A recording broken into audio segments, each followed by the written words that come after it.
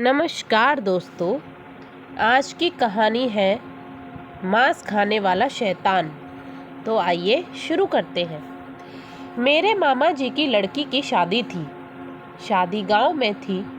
एक दिन पहले गाने बजाने का माहौल चल रहा था। मेरे भाई के दोस्त भी आ रहे थे। उनकी पड़ोसी के घर की छत पर पीने पिलाने की दावत चल रही थी। भाई ने मुझे पैसे दिए और अपने एक दोस्त के साथ मीट लेने भेज दिया। मामा के घर पर मांसाहारी खाने की मनाही है, इसलिए हमें यह काम चुपके से करना था। हम दोनों बाइक पर सवार होकर निकल पड़े। सड़क बिल्कुल सुनसान थी। वह बाइक की लाइट के अलावा कोई रोशनी नहीं थी। वापस आने समय घर से करीब 1 किलोमीटर पहले हमारी बाइक रुक गई। काफ़ी कोशिश करने पर भी चालू नहीं हुई। हम खींचकर बाइक ले जाने लगे। कुछ ही दूरी पर हमें एक बूढ़ा आदमी दिखा। वह हमारे पास आया और कहने लगा, थोड़ा मीट दे दो। हमें पहले से ही गुस्सा आ रहा था। उसकी बात सुनकर और गुस्सा आने लगा।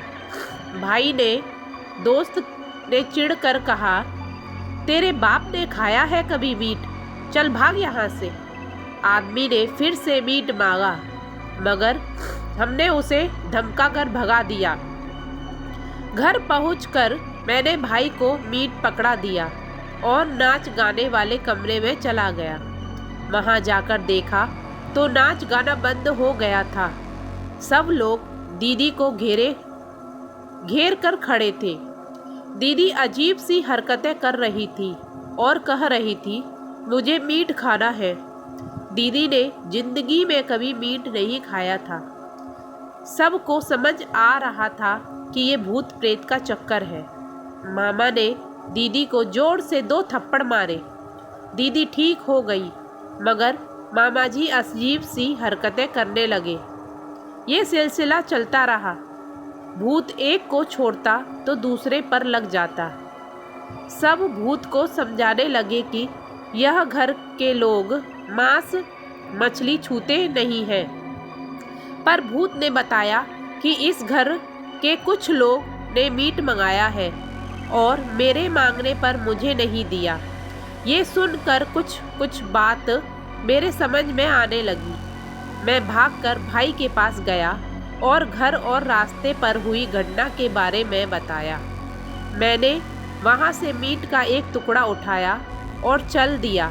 उस समय भूत दीदी पर लगा हुआ था। भाई ने मीट का टुकड़ा दीदी के मुंह में डाल दिया। तब जाकर दीदी शांत हुई। थोड़ी देर बाद सब समस्या का हल हो गया और सब अपने अपने काम में लग गए। मगर मामा जी थोड़े गुस्से में लग रहे थे। शायद वह भाई पर गुस्सा थे।